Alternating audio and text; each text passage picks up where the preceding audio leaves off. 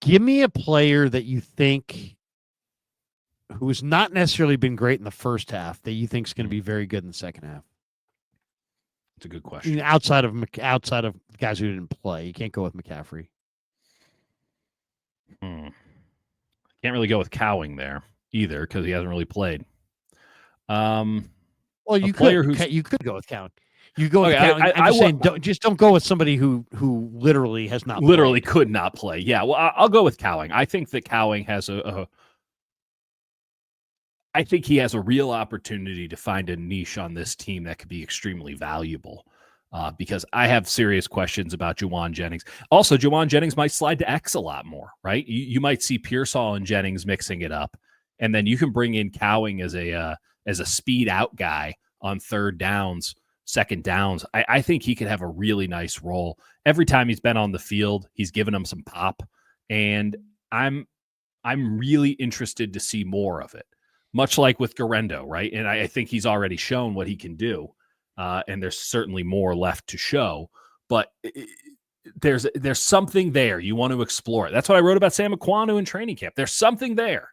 There's something there. They'd be fools not to explore it. And then they did the foolish thing and they cut him. And here he is now as the second most important defensive end on this team. There's something there with Cowing that I think that we get to see more and more and more of. And maybe that has to do with some injuries beyond what they've already taken.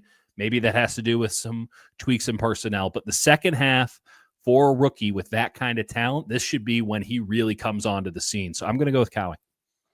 I like the thinking. I'm going to go speed as well, but I'm going to go Guerendo. I can't believe I'm saying that because I was the one saying how raw he was, and he is really raw.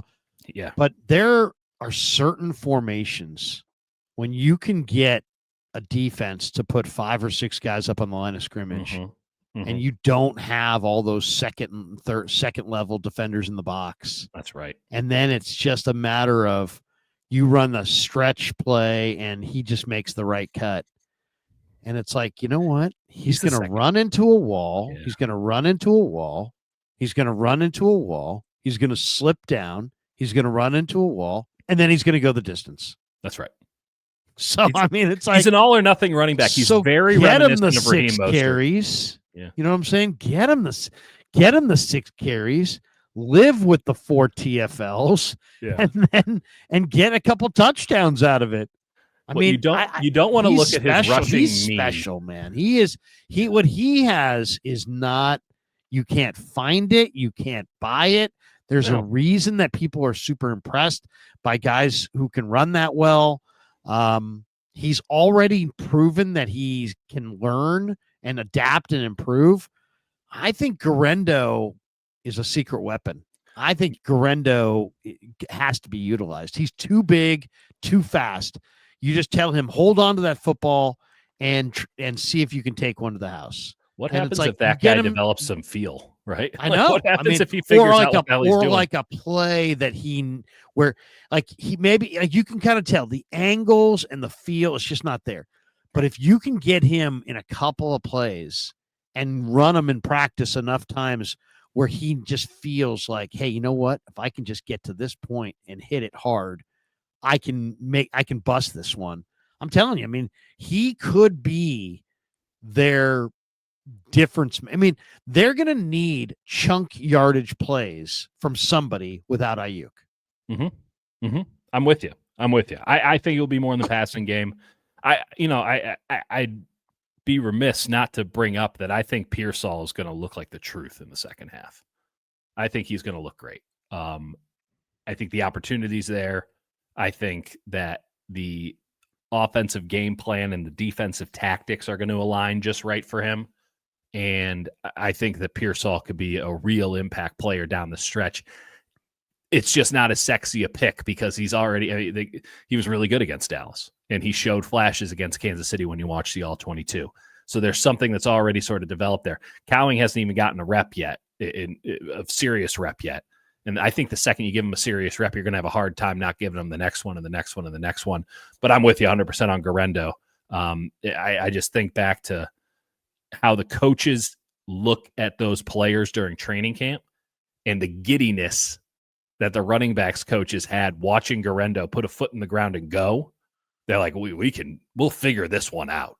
Like, we will figure out a way to make this guy work as an NFL running back because of what you said. You cannot create that kind of talent. And he does have exactly what the Niners want in the outside zone running system, which is put a foot in the ground, see the hole, attack the hole as fast as you can. If he can see the hole and figure out how to attack it, it's over. You can't stop him. You can't play cut. You're going to have to put too high, not to stop the passing game, but to stop the running game with Isaac Guerendo. That's how you'll have to defend it. He is a game breaker. So give him a chance to break the game open by giving him a half dozen touches.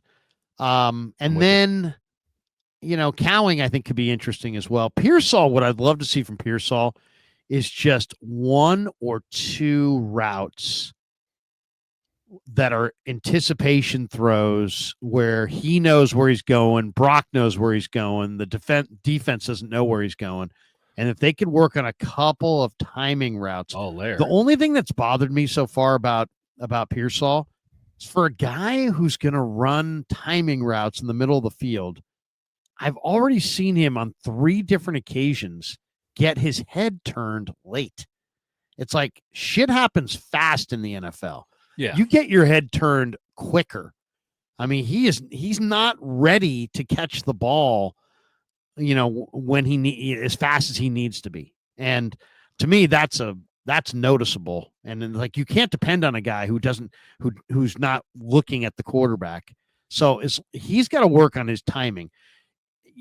And what we really need to see from Purdy to Pearsall is an unstoppable 2 or 3 plays that can be utilized on 3rd and 7.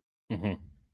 If you can come up with a couple of unstoppable stop routes, slants, pick to the flat, whatever it's going to be, but the anticipatory throw that Purdy can just put on, he just absolutely can put it where he wants, and he knows without a doubt that Pearsall is going to be in that spot.